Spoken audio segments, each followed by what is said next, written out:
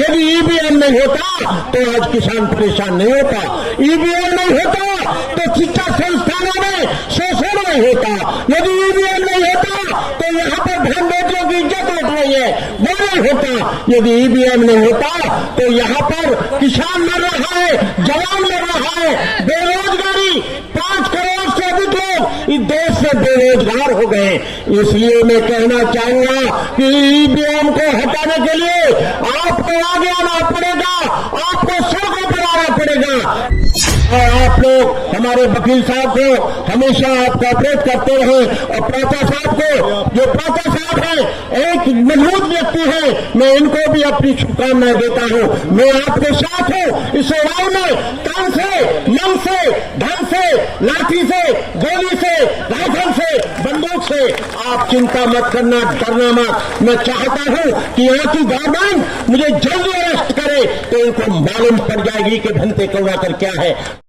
तमाम इस देश के लोग मुझे धमकी देते हैं, लेकिन मैंने कह दिया है यदि तुम्हारी बंदूक से यदि गोली निकलेगी, यहां से भी पानी नहीं निकलेगा, यहां से भी हम बौद्ध किसी की हत्या करने की इजाजत नहीं देता, लेकिन हत्या करने वाले को हम जिंदा जाने की इजाजत कतई नहीं देंगे।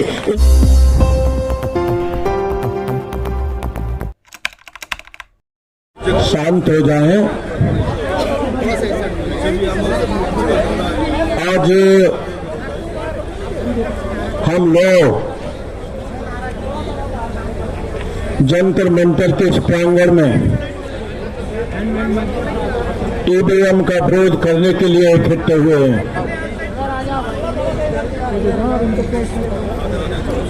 ईवीएम ये एक बड़ा खतरनाक, बड़ा ईवीएम का काला कानून भाई महमूद प्राचा जी और हमारे वकील साहब, क्या नाम है, भानु प्रताप जी का मैं बधाई देता हूँ। मैं अपनी बात यहाँ से शुरू करूँ, समय बहुत कम है, वक्त बहुत ज्यादा है। वक्त जिहाद है, सबे रक्स का नहीं। वक्त जिहाद है, सबे रक्स का नहीं। तो खून का कतरा किसी के अस्त्र नहीं।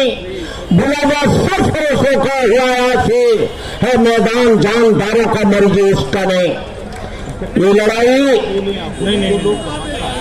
जमहूरियत की है, ये लड़ाई लोकतंत्र की है, ये लड़ाई देश बचाओ की है, ये देश को खजाने को बचाने की है। ये देश की लड़ाई, इस देश में जो जुर्म होता है, ये लोग बीजेपी के लोग, ये लोग ईवीएम के माध्यम से 2 बार सत्ता में आ गए। आपको मालूम है इन्होंने रिजर्व बैंक का खाली खजाना कर दिया, 265 टन सोना गिरवी रख दिया। इन्होंने रेल बेच दी, भेल बेच दिया, तेल बेच दिया, डीआरडीओ बेच दिया, और यही नहीं एलआईसी बेच दी। बैंकों का निजीकरण हो रहा है। जब ये निजीकरण होगा, यहाँ किसान परेशान है। यदि ईवीएम नहीं होता तो आज किसान परेशान नहीं होता। ईवीएम नहीं होता तो शिक्षा संस्थानों में शोषण नहीं होता। यदि ईवीएम नहीं होता तो यहाँ पर बहन बेटियों की इज्जत उठ रही है, वो नहीं होता। यदि ईवीएम नहीं होता तो यहाँ पर किसान मर रहा है, जवान मर रहा है, बेरोजगारी 5 करोड़ से अधिक लोग इस देश से बेरोजगार हो गए। इसलिए मैं कहना चाहूंगा कि ईवीएम को हटाने के लिए आपको आगे आना पड़ेगा, आपको सड़कों पर आना पड़ेगा। यहाँ पर मैं समझ रहा हूँ कि बड़े बड़े नेता, मैं कोई नेता नहीं, बड़े बड़े राष्ट्रीय पार्टियों के अभियंता, तीसरे गठबंधन बनाने वाले लोग यहाँ पर बैठे हैं। यदि ये लोग 100 लोग लाते तो आज यहाँ पर जो 150 करोड़ का देश है, कम से कम 50,000 लोग तो होने चाहिए थे। लेकिन इसमें गलती इनकी नहीं है, इसमें गलती हमारी है। मैं कोई यहाँ पर नेता बनने के लिए नहीं आया, मैं कोई यहाँ भाषण देने के लिए नहीं आया, मैं यहाँ पर कोई इलेक्शन लेकिन मैं इस बात को जरूर बोध करूंगा, जो जापान ने ईवीएम बनाया, जापान में बंद हो गया, जर्मन ने बंद कर दिया, फ्रांस ने बंद कर दिया, तमाम देश के लोगों ने, अमेरिका ने बंद कर दिया, कनाडा ने बंद कर दिया, लेकिन ये बेईमान लोग इस ईवीएम के माध्यम से, यही ईवीएम हुआ तो उसकी वजह से हिंदू राष्ट्र की आवाज तेज हो गई। यदि ईवीएम आया तो यहाँ पर तमाम आवाजें, आज मखलूक लोग यहाँ पर आवाज उठा रहे हैं। आज यहाँ पर हिंदू राष्ट्र बनाने की बात हो रही है। ईवीएम के माध्यम से ईवीएम हटेगा तो ये लोग दिखाई नहीं देंगे, चूहे की तरह बिल में भेज जाएंगे। आज आरएसएस का मनोबल इतना बढ़ गया है कि वो लोगों के गली गली मोहल्ले मोहल्ले में लोगों की कथा करा रहे हैं, लोगों को परेशान कर रहे हैं। आज मॉब लिंचिंग हो रही है, आज अत्याचार हो रहा है, जातिवाद बढ़ रहा है, बड़ व्यवस्था बढ़ रही है, गरीबी बढ़ रही है, भुखमरी बढ़ रही है, शोषण बढ़ रहा है।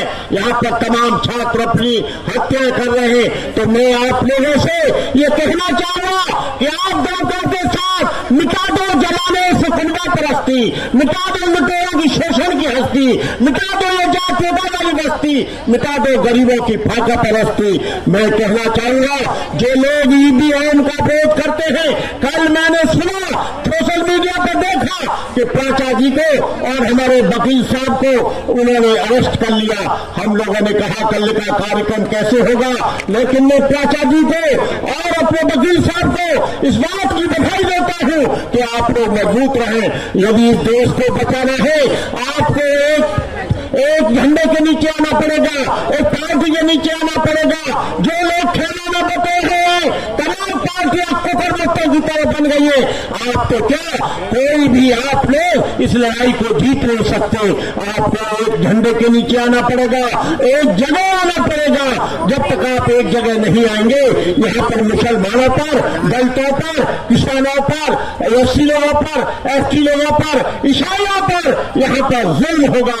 आज आप जान रहे हैं कि धीरेन्द्र ब्रह्मचारी जैसा लड़का यहाँ पर हिंदू राष्ट्र बनाने की बात करता है, जबकि संविधान में कहीं भी हिंदू राष्ट्र बनाने की बात नहीं है। मैंने धीरेन्द्र शास्त्री जी कहा था, ये हिंदुस्तान, ये भारत तुम्हारे बाप का देश नहीं है, ये देश मुसलमानों का है, ये देश ईसाइयों का है, ये देश सिखों का है, ये देश पारसियों का है, ये देश पिछड़ों का है, ये देश एससी का है, आदिवासियों का है।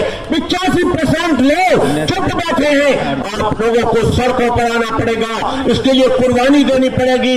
नहीं तो आप लोग 2024 में यदि बीजेपी आते हैं तो यहाँ पर पूरी धरती लाल मिलेगी। तुम ये मत सोचो कि तुम ईवीएम के माध्यम से यहाँ पर इस देश को गुमराह कर रहे हो। तुमने खजाना खाली कर दिया बेईमान लोगों, तुमने रेल बेच दिया, तेल बेच दिया, तुमने राष्ट्र की तमाम चीजों को बेच दिया। अब कह रहे हो कि हम लोग ईवीएम से कराएंगे। ईवीएम से किसी भी हालत में हम नहीं आने देंगे, चाहे हमें कितनी भी बड़ी कुर्बानी देनी पड़े। तो आप लोगों के लिए इस कड़कती सर्दी में आप लोगों के लिए बहुत बहुत बधाई, बहुत बहुत धन्यवाद। और आप लोग हमारे वकील साहब को हमेशा आप कोऑपरेट करते रहे, और प्राचा साहब को, जो प्राचा साहब है एक मजबूत व्यक्ति है, मैं इनको भी अपनी शुभकामनाएं देता हूं। मैं आपके साथ हूं इस लड़ाई में, तन से, मन से, धन से, लाठी से, गोली से, राइफल से, बंदूक से। आप चिंता मत करना, डरना मत। मैं चाहता हूं कि यहाँ की गवर्नमेंट मुझे जल्दी अरेस्ट करे तो इनको मालूम पड़ जाएगी कि भंते कौड़ाकर क्या है। मुझे बार बार धमकी दी जाती है, फोनों पर धमकी दी जाती है, तमाम इस देश के लोग मुझे धमकी देते हैं, लेकिन मैंने कह दिया है यदि तुम्हारी बंदूक से यदि गोली निकलेगी, यहाँ से भी पानी नहीं निकलेगा, यहाँ से भी हम किसी की हत्या करने की इजाजत नहीं देता, लेकिन हत्या करने वाले को हम जिंदा जाने की इजाजत कतई नहीं देंगे। इन्हीं शब्दों के साथ मैं अपनी बात समाप्त करते हुए जय भीम, नमो बुद्धाय, जय भारत।